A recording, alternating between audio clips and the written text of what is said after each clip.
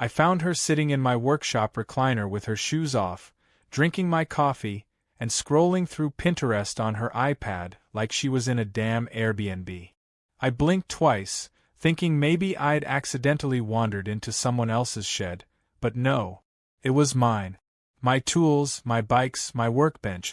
And there she was, Karen, vice president of the HOA from 3 streets over, acting like the queen of a place she had no business even knowing existed.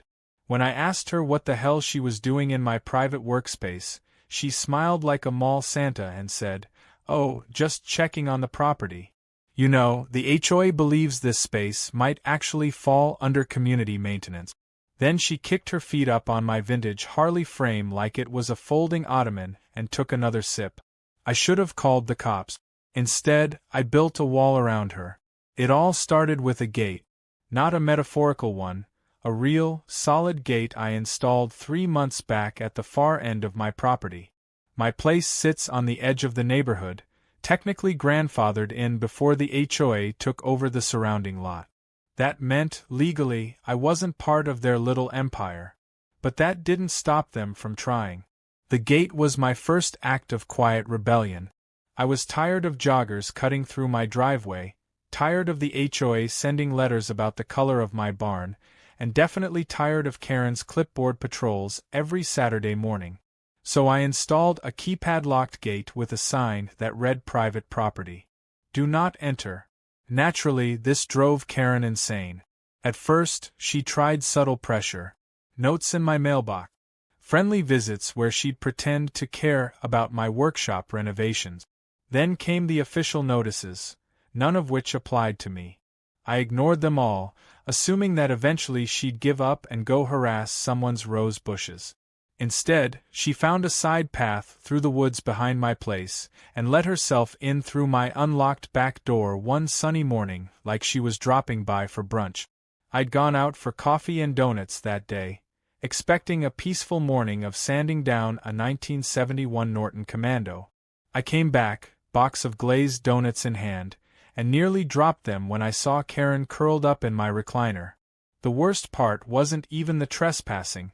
It was the way she acted like I was the rude one. She motioned to the box in my hand and said, "Oh, I hope you brought enough for both of us." I didn't laugh. I just stared at her, waiting for her to get up and leave. She didn't. I calmly told her that this was private property and she had no right to be here. She tilted her head and said, "Actually, we're still determining that. The HOA legal team is reviewing some records that suggest this building was once listed as a utility structure for the development. That means it may be shared space." My blood pressure went up about 20 points, but I kept my voice level. The building had never belonged to the HOA. It was built by my grandfather before the HOA even existed, and it sat squarely within my property lines. I had the deeds, the surveys, even the blueprints. But Karen wasn't interested in facts. She was interested in conquest. She stood up and began pointing at things like she was a real estate agent showing off a rental. "That window's cracked. That bench isn't OSHA compliant. This area should really be locked up if you're not using it." She even had the nerve to suggest I might need to allow HOA board members access during off hours in case of emergencies. I asked her what kind of emergencies required them to use my welder or sit in my recliner. She didn't have an answer. She just smiled, that same smug, power-drunk smile she always wore during HOA meetings. At that point, I told her flat out to leave. No more warnings. No more discussions. Just get out. Her smile faded, replaced by a tight-lipped grimace. She crossed her arms and sat back down, saying she wasn't going anywhere until the HOA sorted it out. I walked outside to cool off. I considered calling the police but then pictured the conversation. She'd just cry, claim she thought it was public space, maybe even accuse me of being aggressive. No. I needed a solution she couldn't talk her way out of. And then it hit me. I pulled out my phone and texted Dave. "You still got that leftover brick from the pool house job? Bring it. And a cement mixer." He responded with a thumbs up and a laughing emoji, then added, "You want me to ask questions now or later?" I said later. Dave and I go way back. He's the kind of guy who doesn't need a lot of context when it comes to petty revenge. We built a chicken coop shaped like a tank once just to irritate a neighbor who complained about the noise. He owed me one for helping him hide the damage after he accidentally drove his skid steer into his brother-in-law's boat. Now it was time for him to return the favor. That afternoon, while Karen was still lounging in my recliner and making calls to her HOA minions, we started measuring. I made a point of not saying another word to her. I didn't want a confrontation, I wanted results. We took the front portion of the workshop, just beyond the main door, and marked off a clean, straight line about 4 feet behind it. We were going to build a brand new wall, sealing off the front of the workshop completely. The idea was simple: leave Karen inside a small but livable space. Cots, power outlets, snacks from the emergency kit, and build a proper brick wall so that, from the outside, it looked like nothing had changed. I had cameras rolling the whole time. I wanted documentation. Dave was chuckling the entire time, laying mortar like we were building the Great Wall of Stupid. Karen noticed sometime around the second row of bricks, looked up from her iPad, and said, "What are you doing?" I replied with a calm, "Just making some adjustments." She scoffed and went back to scrolling. By nightfall, the job was done. We left a small ventilation opening near the ceiling, made sure she had water, and installed a peephole just for fun. Then we sealed up the outer door and stood back to admire our work. From the street, it looked like nothing had happened. From the inside, Karen was now technically a guest in a one-room minimalist prison of her own making. I left a note by the vent. "You wanted to stay. Enjoy. I'll check on you tomorrow." That night, I cracked open a beer, put my feet up, and watched the security footage of her realization on loop. She didn't scream at first. She didn't panic. She paced. She called someone. Then she tried the door, found it solid, and began yelling. I muted the footage. It was more peaceful that way. Tomorrow, I knew the cops would probably come. But I also knew they'd see the footage, the documents, and the sheer ridiculousness of what she'd done. And if they didn't? Well, I had another plan. But that comes later. For now, Karen wanted to claim my space. So I gave it to her. Brick by brick. I woke up the next morning feeling like I'd just won a quiet war. The kind of war where your enemy was armed with an iPad and self-importance, and you were armed with bricks, blueprints, and a sense of humor sharpened by years of HOA nonsense. I made myself a strong coffee, grabbed a granola bar, and strolled over to the workshop with all the calm of a man checking on a Sunday crossword puzzle. Sure enough, through the tiny ventilation hole we'd left, I heard it, the unmistakable sound of Karen attempting diplomacy through clenched teeth. "Hello? Hello? I need to come out now. This is very serious. I may sue." I tapped gently on the brick wall and replied, "Good morning, sunshine. How was your stay at Chateau Trespass?" At first, she tried the legal tone. "I demand to be released immediately. This is unlawful confinement. You're violating so many codes." Then came the guilt trip. "I could have a medical condition. What if I faint in here? You'll be liable." Then finally, the threat. "You have no idea who you're dealing with." I responded to none of it. I didn't have to. The beauty of the wall was that it removed the need for dialogue. She wanted to stay. Now she could stay in peace and solitude, like a monk in a temple made of bad decisions. While Karen ranted from behind the bricks, I got to work solidifying my defense. I knew this wasn't going to stay a funny prank between me and Dave for long. HOA Karen was the kind of person who didn't lose quietly. She'd already left voicemails for half the board members. And knowing her, she'd twisted the story to make it sound like I dragged her into a bunker and locked her up like a Bond villain. So, I started collecting all the receipts. The security footage clearly showed her entering the workshop uninvited. It showed me asking her multiple times to leave. It even captured her waving off my property deed like it was a grocery list. Everything was time-stamped, stored on cloud backups, and ready for presentation. I called Dave, who was still laughing about the whole thing, and told him to come by later in case we needed to remove the wall under pressure.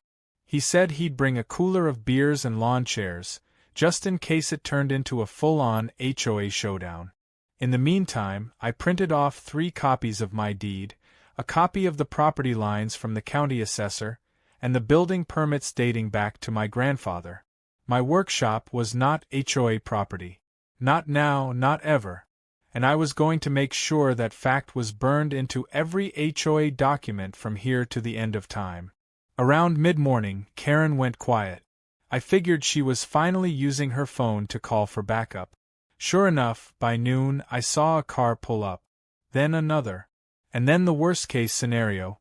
A black and white cruiser rolled to a stop just outside the gate. 2 officers stepped out, both looking equal parts curious and tired. I walked up to greet them, coffee still in hand. One of them, Officer Briggs, looked like he'd already had a run-in or 2 with Karen. He nodded and said, "You must be the guy with the cement mixer."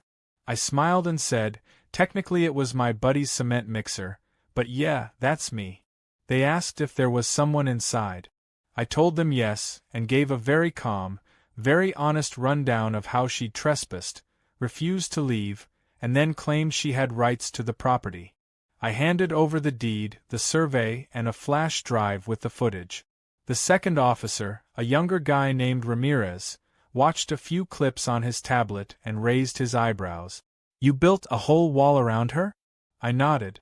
Thought it was poetic. The officers exchanged a look, clearly trying not to laugh. Briggs sighed and said, "All right, we'll need to check on her, make sure she's okay. But based on what we're seeing here, she may be the one in trouble." We knocked a few bricks loose near the ventilation slot, just enough to hand her a bottle of water and check that she wasn't hyperventilating. She was fine. Pissed, red-faced, and ready to sue, but physically fine. They escorted her out through the side entrance, which I'd left open the whole time just in case things went sideways. Karen didn't even look at me as she stormed off, iPad clutched like a weapon, muttering something about legal action and reputational damage. I thanked the officers, who chuckled on their way back to the car. Briggs said, "You'd be amazed how often we deal with her. You might have just set a new record, though." Once they were gone, Dave pulled up in his truck, saw the missing bricks, and shouted, "Aw man, you let her out already?" I told him not to worry. The real fun was just getting started. We patched up the hole, this time with a temporary board in case we needed access again. I didn't want to seal anything until I knew Karen wouldn't try another stunt. And believe me, I knew she would. I spent the rest of the day prepping the workshop for fallout. I backed up every document. I even set up a website with a simple page titled The Workshop Saga. Just in case. I knew Karen. She thrived on escalation. If she couldn't win with intimidation, she'd move to policy. If policy failed, she'd pivot to public opinion. So I beat her to it. By the time the sun went down, the story had already spread. Someone on the HOA board had leaked a screenshot from the security feed, showing Karen snoozing in the recliner with bricks going up behind her. It got picked up by a local Facebook group, then a neighborhood Instagram page, then Reddit. People were losing their minds. Comments ranged from "that guy deserves a medal" to "I've never wanted to build a wall more in my life." A few people offered to bring bricks just for fun. The hashtag #WorkshopKaren started trending in the local area. Karen, naturally, did not take this well. The next morning, she posted a 700-word rant on Nextdoor accusing me of kidnapping, vandalism, and psychological warfare. She called it an attack on the integrity of the HOA. She claimed I used emotional manipulation and architectural aggression. My favorite line was, "He weaponized bricks against a woman just doing her duty." I screenshotted the whole thing and added it to the website. That evening, an emergency HOA meeting was announced.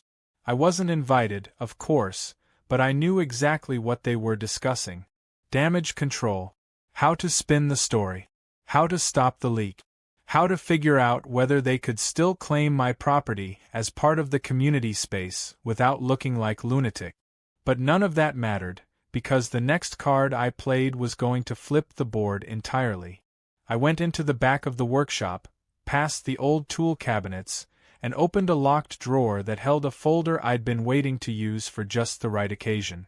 Inside were the closing papers on the adjacent lot, the one directly behind the HOA office building. I had quietly purchased it 6 months ago, just before the HOA renewed its charter. And I'd recently discovered something interesting. The HOA's server room, copier, and records room were built partially over the property line, onto my new lot. So while Karen was out there throwing tantrums and drafting lawsuits, I was sitting on the deed that gave me ownership over the foundation of their entire bureaucracy. I didn't plan to weaponize it just yet, but I made a copy of the paperwork and slipped it into a new folder marked Phase 2. Karen thought she was done with me. She had no idea she was just getting started. And next time, there wouldn't be any walls, just leverage. Real, crushing, ironclad leverage. But first, I was going to let her dig herself a little deeper. Karen didn't show her face for 2 full days after her dramatic escape from the brick embrace of my workshop. I figured she was either licking her wounds or trying to find a legal loophole she could wriggle through like a bureaucratic ferret. I was wrong. She was doing both, and also building a narrative. On day 3, I received a knock at my front door that didn't sound like a neighbor dropping off banana bread. It was sharp, clipped, and full of purpose. I opened it to find 2 people in buttoned-up business attire holding clipboards and wearing expressions like they were about to audit my soul. The woman introduced herself as a representative from the HOA's Legal Advisory Committee. The man said nothing but started scribbling notes as he looked past me into my house. I leaned against the doorframe, arms crossed, and waited. They informed me that the HOA had filed an internal report citing me for obstruction of community access, inappropriate use of private space for personal confinement, and endangerment of a board member. I almost laughed out loud. Apparently Karen had managed to turn her 3-hour nap in my recliner into a full-on hostage situation. She claimed I had locked her inside against her will with no access to food, water, or ventilation, conveniently omitting the multiple bottles of water, the snacks in the emergency kit, and the 6 security cameras recording every inch of her tantrum. When I offered to show the footage to the committee members, they declined and said the matter was already under review. That's when I realized the HOA wasn't just backing Karen, they were afraid of her. The kicker came at the end of the visit. The woman handed me an envelope and said, "This is a notice of intent to annex." According to her, the HOA was moving forward with plans to absorb my property into the community jurisdiction, pending vote and land reassessment. I took the envelope, stared at it for a moment, then smiled. They'd just handed me the rope they were going to hang themselves with. I thanked them politely, closed the door, and went straight to my office. Inside that envelope was a letter so laughably toothless it could have been written in crayon. It was filled with vague legal language, incorrectly cited statutes, and absolutely no signatures from any governing body that mattered. Still, it was proof that Karen had managed to pull the rest of the board into her delusion. That meant they were officially playing offense, which was perfect because I was ready to go nuclear. Before I lit the fuse, I needed one final check on my flank. I called my cousin Danny, who happened to be a land use attorney. She was the kind of person who could find loopholes in a submarine manual and make them airtight. I sent her scans of the annexation notice, my property deeds, the HOA charter, and the footage from the incident. She called me back 20 minutes later laughing so hard she could barely breathe. She confirmed what I suspected. The HOA had no authority to annex anything without county approval, and their charter specifically excluded properties built before 1985 that hadn't opted in. Mine was built in 1978 and had never signed a single HOA agreement. Karen's entire plan was built on fantasy. But Danny also noticed something else. She told me to check the coordinates of the HOA's office building against the plat map for the lot next door. I did. And just like I remembered, about 15 feet of their building, The back wall, the server room, and the entire HVAC unit sat on the lot I had quietly purchased. Danny nearly choked laughing again.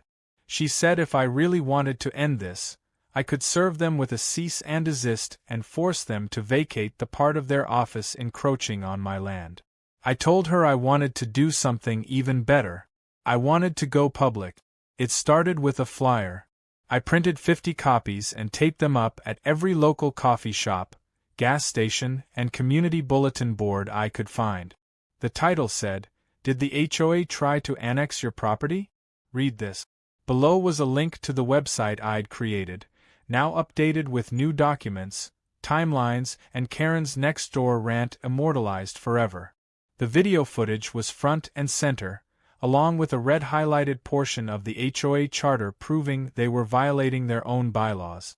But the real gem was the satellite image showing the HOA building overlapping onto my land, complete with color-coded lines and a giant arrow pointing to the server room labeled illegal occupation. Within 48 hours, the story blew up. Local blogs picked it up. Neighborhood parents started posting it on Facebook. A retired judge who lived 2 streets over emailed me directly and said, "If they so much as breathe another word about annexation, I'll see them in court pro bono." But the best part came on a rainy Thursday morning when Karen herself returned to my property, this time with a camera crew. I was sipping coffee on my porch when I saw her marching up the walkway in a bright red blazer like she was hosting an infomercial. Behind her were 2 men carrying boom mics and a woman holding a DSLR camera. Karen walked right up to my steps and began talking to the camera, loudly and confidently. She claimed I had created an unsafe environment, that I was targeting her personally, and that I was inciting anti-HOA sentiment across the neighborhood. I waited until she paused, then stood up and asked her camerawoman if they wanted better lighting. The woman gave me a nervous laugh. Karen turned redder than her blazer. I didn't argue. I didn't raise my voice. I simply walked over to the side gate and taped a laminated copy of the county plat map and my deed to the fence. Then I held up a laminated sign that read, "I own the land under your server room." The camerawoman zoomed in on it without hesitation. Karen tried to block the shot, but it was too late. By the time she stormed off again, the footage was already circulating online. Someone edited it with dramatic music and labeled it "HOA Boss Gets Schooled on Her Own Front Lawn." That night, the HOA held another emergency meeting, and this time, the minutes were leaked. The notes revealed that half the board members were ready to remove Karen from her position. Apparently several of them had warned her not to escalate the conflict with me and were now scrambling to distance themselves. One anonymous board member even sent me an email thanking me for exposing the power grab, saying the HOA had become more about fear and fines than community upkeep. That email came with attachments. Specifically, internal emails from Karen's account showing that she had been actively trying to pressure the board into revising the HOA map to include my property, without notifying me. She even referred to it as the workshop acquisition plan. I didn't release the emails right away. I wanted to wait. Let them stew. Let Karen keep spinning her version while the real story quietly gained traction. I made one final update to the website. A countdown timer labeled Property Truth Bomb Incoming. I set it to expire at the exact hour of the next official HOA town hall meeting. And just to be sure it got attention, I put flyers under every HOA member's windshield. No threats. No insults. Just facts. Karen had declared war with bureaucracy. I was just better at it. As the timer ticked down, the entire neighborhood buzzed with speculation. People whispered at the farmers. The town hall meeting was scheduled for 6 in the evening on a Friday, a time deliberately chosen by the HOA to ensure low turnout. They figured people would be too busy unwinding from the week, heading to dinner, or collapsing on their couches to show up and engage in yet another dry session about shrub heights and mailbox paint. But this time, the parking lot was full an hour before the doors opened. The room was packed to the walls, people standing along the sides, others sitting cross-legged on the floor just to get a glimpse of what they all believed would be the final episode of the Karen saga. The timer on my website had created a buzz none of the HOA board had anticipated. Even the mayor's assistant was spotted in the back row, phone in hand, recording. I walked in casually, a folder under my arm and a travel mug of coffee in my hand. I nodded to a few neighbors who gave me thumbs-ups and knowing smirks. Karen was already seated at the head of the table, flanked by the board members who looked more like they were being held hostage than actively participating. She wore a pale pink blazer this time, clearly an attempt to appear softer and more professional than the red firetruck monstrosity she'd chosen during her failed press stunt. Her smile was tight, forced. She saw me enter and flinched just slightly. That alone made the trip worth it. The meeting began like any other. A few perfunctory notes were read, budget updates were shared, and then Karen launched into a speech that was so thick with spin, it could have doubled as a washing machine cycle. She spoke of community unity, respect for shared spaces, and the need to update jurisdictional boundaries to ensure fairness for all. She never mentioned my name, never referenced the workshop incident directly, but everyone in the room knew exactly who and what she was talking about. She wrapped it up by calling for a board vote to approve the annexation of adjacent lots that currently fall into jurisdictional ambiguity, a phrase so vague it could have been pulled from a fortune cookie. The board shifted uncomfortably. A couple members looked at their shoes. One man, Steve, actually coughed just to break the silence. Karen looked around expectantly, clearly waiting for someone to second her motion. Before anyone could speak, I raised my hand. The room turned to me like I'd just stood up in church and challenged the preacher to a debate. Karen tried to ignore me, but the board chair reluctantly acknowledged me. I stepped forward and placed the folder on the table. Before you vote on annexing land that doesn't belong to you, I think it's only fair that you have the facts. I handed out copies of the documents to each board member and held up the county-approved plat map. My voice was calm, measured, and loud enough for everyone to hear. This map clearly shows that my workshop sits entirely outside HOA jurisdiction. I then passed around the deed, dated and notarized, with no HOA liens, clauses, or references. Then I handed them the satellite photos showing the HOA building encroaching 15 feet onto the lot I had purchased. You want to annex my land, but technically, your HVAC system is squatting on mine. Karen tried to cut in. She accused me of theatrics, of trying to derail a legitimate discussion with grandstanding. I didn't respond. Instead, I handed the final set of documents to the board chair. Emails from Karen's account detailing her plan to expand the HOA's footprint by subtly altering public records and pushing quiet votes through during meetings with low attendance. One email referred to me as a problematic landholder. Another described the workshop as a future storage facility, suggesting they repurpose it once annexed. The room went quiet. You could hear the buzz of the fluorescent lights above and the sound of someone's water bottle clinking on the tile floor. Steve, the board member who had been coughing earlier, flipped through the pages and then looked up, stunned. He turned to Karen and asked flat out if she had written those emails. She tried to dodge, said the emails had been taken out of context, that she had merely been brainstorming ideas. But by then, no one was buying it. The audience murmured louder and louder until the board chair slammed his gavel and called for order. A motion was made right then and there by one of the younger board members to suspend the annexation vote and open an internal investigation into Karen's conduct. Another board member added a motion to temporarily suspend Karen from her duties pending that investigation. A vote was taken, and for the first time in recent memory, Karen didn't have the numbers. The result was 5 in favor, 2 against, and 1 abstention. Karen's smile vanished completely. Her face turned the shade of an undercooked beet. She didn't even wait for the meeting to end. She grabbed her purse and stomped out of the room, brushing past me without making eye contact. The meeting adjourned shortly after. People spilled into the parking lot buzzing with conversation, some congratulating me, others shaking their heads at how wild everything had gotten. I didn't say much. I nodded, thanked people for coming, and made my way home. That night, I updated the website again. The top of the page now read, "Workshop secured. HOA contained." Beneath it, I posted a timeline of the events, every document used, and a video recap narrated in a calm voice, ending with a quote from the HOA charter about respecting private property. Over the next few days, the fallout spread like wildfire. Karen's removal became the talk of the town. Several news outlets picked up the story, framing it as a case of local overreach and grassroots resistance.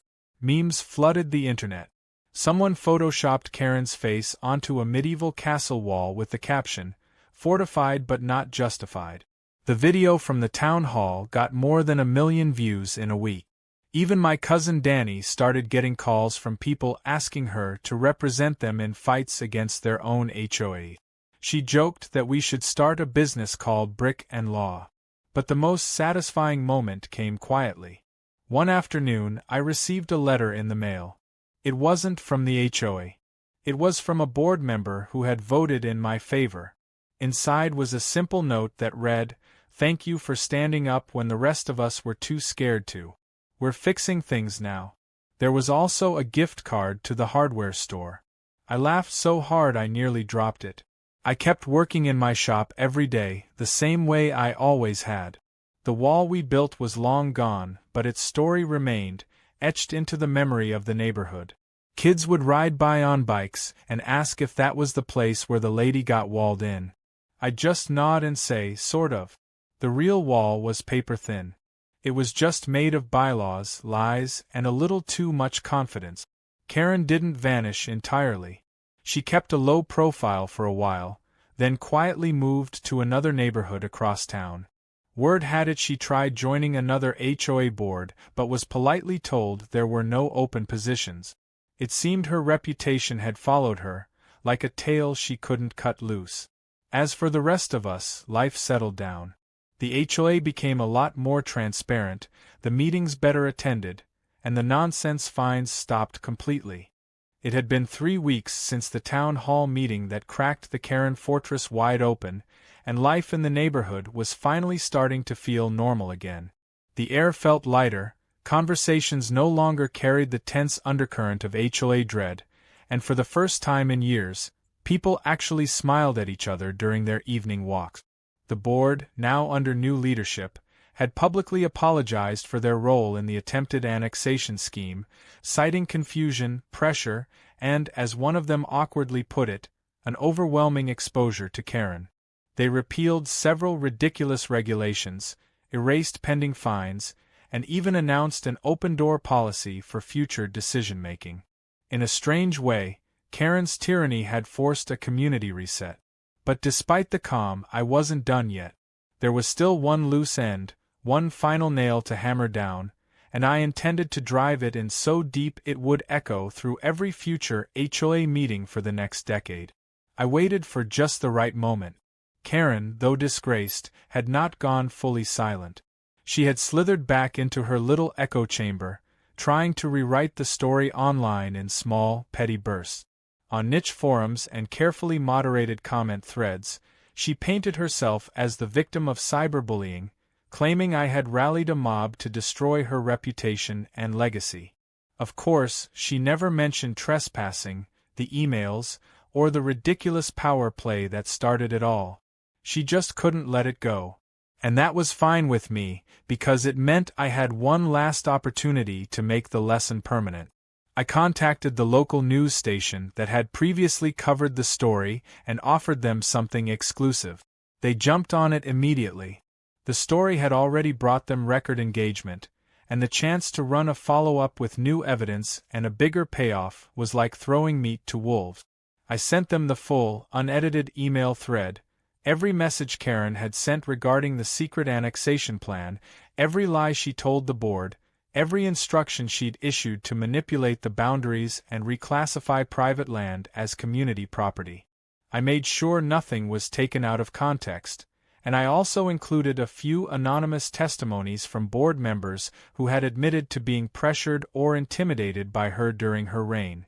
The piece aired on a Thursday evening, right in the middle of the primetime slot. It was titled The HOA Power Grab: Secrets Behind the Workshop Wall. They led with drone footage of my workshop, then cut to clips from the town hall, overlays of the emails, and interviews with residents who'd had their own run-ins with Karen. It wasn't just about me anymore. It was about everyone she'd wronged, people fined for imaginary violations, bullied into silence, or forced to comply with bogus codes just to avoid confrontation. The broadcast ended with a simple question posed by the anchor: who protects the community when the rules are used as weapons? By the next morning, the fallout had reached every corner of town. Karen's attempt to rehabilitate her image crumbled completely. She was removed from every community forum she hadn't already been banned from. Her remaining allies, now radioactive by association, either resigned from the HOA or issued frantic public apologies. The property across town where she'd relocated sent her a formal warning, advising her not to interfere with any association matters unless she was an elected official, which, by then, was never going to happen again. Karen had become a walking cautionary tale. Still, I wasn't bitter. Not really. The whole ordeal had become something more than revenge.